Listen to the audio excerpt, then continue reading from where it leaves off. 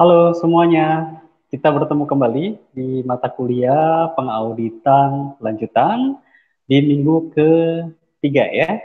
Di minggu ketiga ini kita akan tidak lanjuti terkait dengan pembekalan mini riset yang sudah Bapak sampaikan juga di dua pertemuan yang lalu. Oke, sebelum itu Bapak flashback dulu ke RPS kita, di mana di minggu lalu kita sudah bahas terkait dengan apa terkait dengan konsep mini riset itu sendiri. Selanjutnya penentuan topik mini riset juga sudah Bapak jelaskan juga di minggu lalu. Minggu ini kita akan bahas terkait dengan menentukan jurnal utama riset audit yang menjadi acuan dalam proses penyusunan mini riset kita. Oke, pada dasarnya jurnal itu penting, ya. Jurnal itu penting. Kenapa? Jurnal itu menjadi dasar kita dalam proses penyusunan riset yang tatarannya itu adalah tahap konfirmasi dan tahap replikasi seperti itu. Jadi tatarannya adalah kalian cukup replikasi berdasarkan riset-riset atau penelitian terdahulu. Kalian ambil benang merahnya, kalian tentukan perbedaannya apa dan manfaatnya apa serta kontribusi kalian seperti apa di topik yang kalian tentukan. Oke, kita langsung masuk aja. Ini dia ya pertemuan ketiga, menentukan jurnal utama ya, menentukan jurnal utama dalam proses penyusunan mini riset. Oke, di minggu lalu Bapak sudah tugaskan juga masing-masing mahasiswa untuk mencari literatur jurnal, baik itu jurnal nasional maupun jurnal internasional, dan sudah beberapa kali asistensi juga beberapa mahasiswa yang sudah Bapak approval terkait dengan topik riset apa saja yang akan diambil dalam penugasan audit lanjutan ini. Oke. Nah, ini ya. Jurnal utama mini riset terdiri atas minimal tiga, ya. Minimal tiga yang sudah Bapak jelaskan minggu lalu, ya. Syaratnya adalah kalian harus dapat satu jurnal internasional dan dua jurnal nasional, di mana masing-masing jurnal ini harus memiliki persamaan pada variabel dependent atau variabel Y. Kalau seandainya variabel Y-nya itu opini audit going concern, berarti jurnal internasional maupun jurnal nasionalnya dua-duanya harus Y-nya opini audit going concern. Jadi jangan sampai beda-beda ya variabel Y-nya apa ya, masing-masing jurnal Y-nya apa itu tidak bisa disatukan. Wajib harus sama variabel Y-nya. Oke.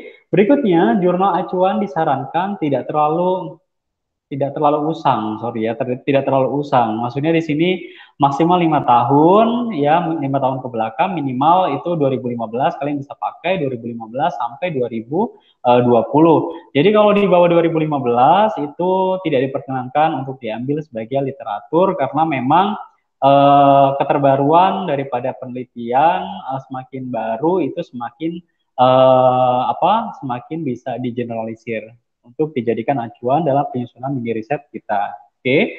Setelah jurnal tersebut didapatkan, selanjutnya mahasiswa atau mahasiswi diharuskan untuk melakukan tahap review jurnal. Tahap review jurnal itu penting ya. Kita kan tidak akan ada waktu ya, tidak akan sempat kalau seandainya kita baca satu jurnal full. Jadi saran Bapak, kalian coba berdasarkan 3 jurnal, 2 jurnal nasional dan 1 jurnal internasional yang sudah kalian dapatkan, kalian coba review ya. Review itu kalian petakan kerangkanya dari jurnal itu, pendahuluannya apa, metode yang digunakan apa, datanya dari mana, hipotesisnya apa, analisanya seperti apa, dan kesimpulannya apa. Nah, itu kan kalau seandainya kita ditanya ya, atau memang dasar kita mengambil topik Y itu berdasarkan dari 3 penelitian A, B, C. Kalian kan bisa jelaskan berdasarkan hasil review yang sudah kalian lakukan, gitu ya. Memang agak berat ya review jurnal, tapi kalau seandainya kalian sudah lakukan, itu akan mempersingkat proses kalian dalam menyusun bab 4 nanti pada saat pembahasan hasil dan pembahasan. Oke, gitu ya. Nanti terkait dengan template review jurnalnya Bapak berikan ya, ada format bakunya, nanti kalian bisa ikuti dan kalian bisa sesuaikan sesuai dengan jurnal masing-masing. Oke, ya. Kita masuk ke pembahasan terkait dengan review jurnal. Review jurnal ya atau review hasil penelitian merupakan salah satu strategi untuk bisa mempermudah dalam memahami inti dari jurnal ataupun dari hasil penelitian yang telah dilakukan ya. Jadi kita ambil inti sarinya, ambil daripada poin-poin apa saja yang bisa diungkapkan atau bisa kita risang dari jurnal terkait tanpa kita perlu untuk membaca satu persatu, perlu untuk membaca berapa kali halaman dikali dengan jumlah penelitian atau jurnal literatur kita ya. Oleh sebab itu setiap mahasiswa khususnya harus memiliki kompetensi dalam membaca serta menganalisis agar jurnal ataupun hasil penelitiannya yang dibahas dapat dipahami sepenuhnya oleh mahasiswa. Oke, oleh sebab itu sangat dibutuhkan juga kriteria seperti apa jurnal ataupun hasil penelitian yang boleh direview oleh mahasiswa ya. Jadi nanti kalau seandainya kalian sudah dapat ya jurnalnya, silakan kontak Bapak ya, minta pendapatnya apakah ini layak diambil atau tidak. Kira-kira ada masukan atau ada apa variabel-variabel yang lebih bagus yang bisa digunakan, silahkan kalian bisa hubungi Bapak gitu ya. Terus kriteria jurnal yang layak untuk direview ada 3. Yang pertama, jurnal yang dipilih adalah jurnal nasional, tentunya yang tadi 2 ya, 2 jurnal nasional dan jurnal internasionalnya 1. Pak, kenapa sih harus jurnal internasional? Nah, itu jawabannya adalah kalau seandainya kita hanya mengklaim atau mengambil daripada jurnal nasional, itu kan fenomenanya kita tidak bisa bandingkan antara di luar Indonesia dengan di Indonesia. Jadi kalau seandainya kita dapatkan jurnal internasional, kita tahu tuh fenomena yang berkembang seperti apa di sana. Kita tarik ke Indonesia, kondisinya seperti sama atau tidak ya.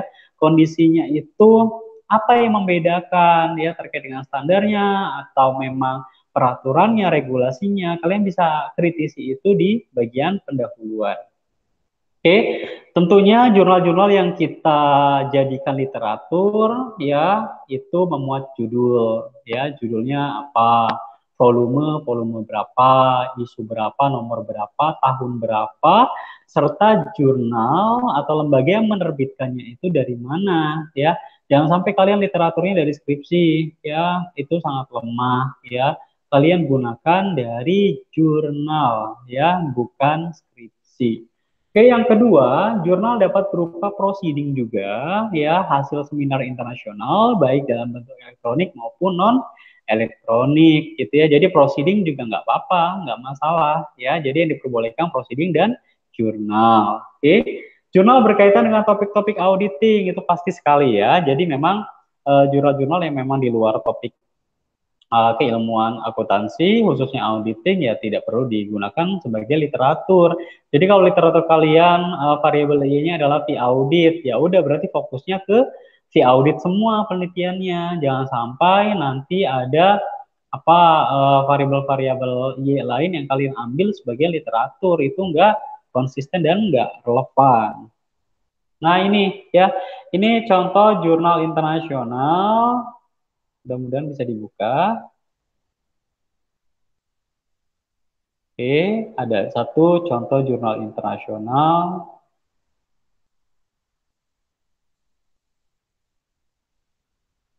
Nah, ini dia. Ya, Bapak random sih ya. Bapak random di sini ada jurnal internasional ya, punya China ya. Oke, ada struktur kepemilikan, komposisi dewan, ya, terus juga tanggung jawab sosial perusahaan. Nah, ini contohnya ya, kalian bisa searching di www.emerald. Ya, Emerald ini memang jurnal-jurnal internasional yang bagus-bagus itu biasanya ada Emerald, apa EBSCO, ada Science Direct ya, kalian bisa ambil. Tapi biasanya yang free access itu Emerald sih. Emerald bisa diambil, tinggal kalian klik aja ya, dan kalian searching berdasarkan variabel Y kalian apa. Nanti akan muncul dan bisa kalian download ya. Nah, dalam proses review nanti yang perlu diperhatikan abstraknya tentu dari masing-masing abstrak ini kan mewakili, bisa kalian ambil dan kalian masukkan ke dalam review jurnal kalian. Seperti itu ya. Oke, ini kan 16 halaman ini lumayan ya. Jadi 16 belum dikali dengan totalnya literatur jurnal yang kita siapkan atau yang kita sediakan. Jadi kalau seandainya sudah direview itu akan lebih mudah ya mengidentifikasi tanpa harus kalian buka-buka kembali jurnalnya. Gitu ya. Oke, kita lanjutkan ya. Tadi kan jurnal apa? Jurnal internasional. Sekarang kita masuk ke bentuk reviewnya ya. Bentuk reviewnya, oke. Bentuk reviewnya itu seperti ini contohnya. Ya Bapak ada satu contoh yang tadi terkait jurnal internasional yang tadi sudah disampaikan. Reviewnya seperti ini loh ya. Review jurnal itu setidaknya memuat beberapa unsur penting yang harus kalian dapatkan daripada jurnal yang kalian review. Oke, ini ya. Oke, bisa dilihat ya. Coba kita tambah ukurannya. Kita zoom ya. Oke, sudah terlihat ya. Nah, ini memuat komponen yang pertama judul, ya, penulisnya siapa, tahunnya tahun berapa, itu harus dicantumkan. Oke, abstraknya seperti apa, kalian jelaskan saja singkat. Terus tujuan penelitiannya kalian ungkapkan, itu semuanya ada di jurnal. Review penelitian terdahulu kalian juga jelaskan, ya. Begitupun penelitian-penelitian apa saja nih yang sudah penelitian-penelitian siapa saja yang sudah meneliti terkait dengan variabel yang kita teliti ini. Oke, berikutnya ada variabel, definisi dan pengukuran. Itu juga kalian bisa ambil dari jurnalnya. Biasanya sudah disampaikan, tinggal kalian pindahkan saja. Terus metodologi penelitiannya, datanya tahun berapa, data primer atau data sekunder, ya. Primer dan sekunder itu maksudnya kalau primer kan data lapangan, sebar kuesioner. Kalau sekunder biasanya data laporan keuangan dari bursa efek. Oke, hipotesis atau dugaan sementara itu kalian juga bisa cari di jurnal, ya, jurnal yang kita review. Hasil penelitian juga kita bisa langsung masukkan kesimpulannya seperti apa. Nah, ini kan memang lumayan ya, ringkas ya, dari yang tadi berapa halaman, 16 kita bisa susutkan menjadi 5 halaman. Nah, ini penting ya karena setiap jurnal itu kan punya karakter dan punya peran atau kesimpulan masing-masing. Jadi kalau saat kita sudah membuat review jurnal ini akan mudah mengidentifikasi dan menentukan daripada variabel apa saja yang akan kita ambil nantinya. Gitu ya. Dan nanti menjadi acuan kita adalah lakukan proses mini riset maupun kalian melanjutkannya ke proses skripsi. Oke. Oke ya, tadi bentuk review jurnal Bapak sudah sampaikan. Selanjutnya terkait dengan tugas satu, ya tugas satu nanti kalian coba membuat review jurnal ya berdasarkan 3 jurnal atau satu jurnal internasional maupun 2 jurnal nasional yang telah diperoleh pada pertemuan minggu lalu gitu ya. Oke, kalau ada pertanyaan nanti bisa disampaikan langsung, baik itu di Google Classroom maupun bisa langsung hubungin Bapak. Oke, terima kasih atas perhatiannya untuk pertemuan ketiga terkait dengan melakukan review jurnal sudah cukup ya. Sampai bertemu kembali di pertemuan minggu berikutnya. Terima kasih atas perhatian dan sampai jumpa. Oke, terima kasih.